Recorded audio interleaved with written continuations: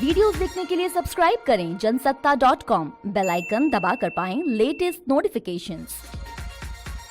दोस्तों नमस्कार, मैं आचार्य राजेश चित्रकूटी आज आपको गंगा दशहरा पर्व के बारे में बताने जा रहा हूं। दरअसल गंगा दशहरा प्रत्येक वर्ष ज्येष्ठ माह की शुक्ल पक्ष की दशमी को मनाया जाता है, जो ये इस वर्ष यानी सन 2020 में 1 जून को मनाया जाएगा। वैसे तो इसकी शुरुआत, दशमी की शुरुआत 31 मई को शाम को 5:38 से हो जाएगी और जो कि 1 जून को दोपहर 2:58 तक रहेगी। गंगा दशहरे वाले दिन प्रातः काल उठ करके आपको गंगा स्नान करना चाहिए। गंगा स्नान करने के बाद आपको गंगा स्तोत्र का पाठ करना चाहिए। गंगा स्तोत्र का पाठ आपको 10 बार करना चाहिए। उसके बाद जैसे आप माँ पार्वती की पूजा करते हैं, उसी तरह माँ गंगा की आपको पूजा करनी चाहिए।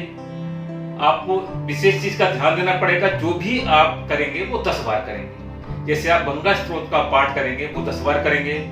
आप फूल माला जो भी चढ़ाएंगे 10 बार 10 की संख्या में चढ़ाएंगे। फल वगैरह जो भी आप चढ़ाएंगे वो 10 की संख्या में चढ़ाएंगे। आपको इस दिन दीपदान भी करना चाहिए, वो भी आपको 10 की संख्या में करना चाहिए। जो भी व्यक्ति इस दिन विधिवत माँ गंगा की पूजा करता है और गंगा स्नान करता है तो वो 10 प्रकार के पापों से मुक्त हो जाता है। जैसे अगर आपकी कुंडली में काल सर्प योग है तो उससे आपको मुक्ति मिल जाएगी। अगर आपकी जन्म कुंडली में पितृदोष है उससे आपको मुक्ति मिल जाएगी। या आपने किसी भी प्रकार का मन वाणी कर्म से किसी प्रकार का अगर आपने पाप कर रखा है तो उससे आपको मुक्ति मिल जाती है। इसकी एक आपको पौराणिक कथा भी सुनाता हूँ। अयोध्या के राजा जो सगर थे, उन्होंने एक विशेष यज्ञ का आयोजन किया। उस यज्ञ का जो घोड़ा है, राजा इंद्र उसको चुरा ले जाते हैं और उसे कपिल मुनि जी के आश्रम में जाके बांध देते हैं। राजा सगर जी ने अपने इस यज्ञ का जो पूरा कार्यभार है अपने पौत्र अंशुमन को सौंप रखा था। अंशुमन बहुत विधिवत तरीके से सारी तैयारी कर रहे थे, सारी व्यवस्था कर रहे थे। लेकिन जब यज्ञ का घोड़ा चोरी हो गया तो राजा सगर के कई पुत्र उसको ढूंढने के लिए निकले। तो जब वो राजा के पुत्र कपिल मुनि जी के आश्रम में पहुंचे तो वहां काफी कोलाहल हुआ, काफी हलचल हुई, जिससे कपिल मुनि जी की तपस्या भंग हुई और वो काफी क्रोधित हुए और उनके क्रोध से राजा सगर जी के पुत्र वहां पे भस्म हो गए।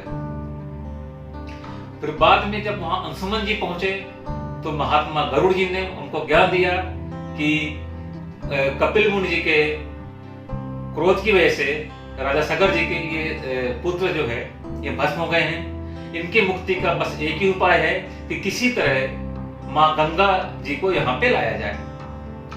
अंशुमन ने उनकी बात सुनी और घोड़े को वहां से चुपचाप ले गए और उन्होंने यज्ञ को समाप्त होने तक राजा सगर जी को कुछ नहीं बताया था।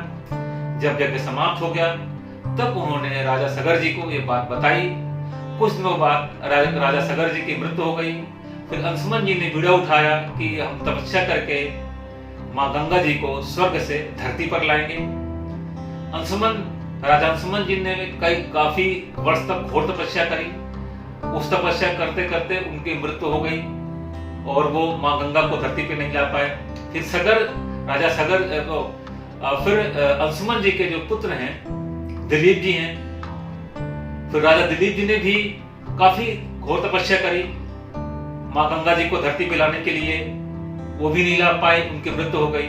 फिर राजा दिलीप जी के जो पुत्र हैं वो भागीरथी हुए। फिर भागीरथी जी ने भी घोर तपस्या करी। उनकी तपस्या से भगवान ब्रह्मा और भगवान शिव प्रसन्न हुए और गंगा दशहरा वाले दिन भगवान भागीरथी जी गंगा जी को स्वर्ग से पृथ्वी पर लेके आए। तो ये रही गंगा दशहरा की कथा कि गंगा जी किस तरह धरती पे है और इसका महत्व। तो दोस्तों आज के लिए इतना ही।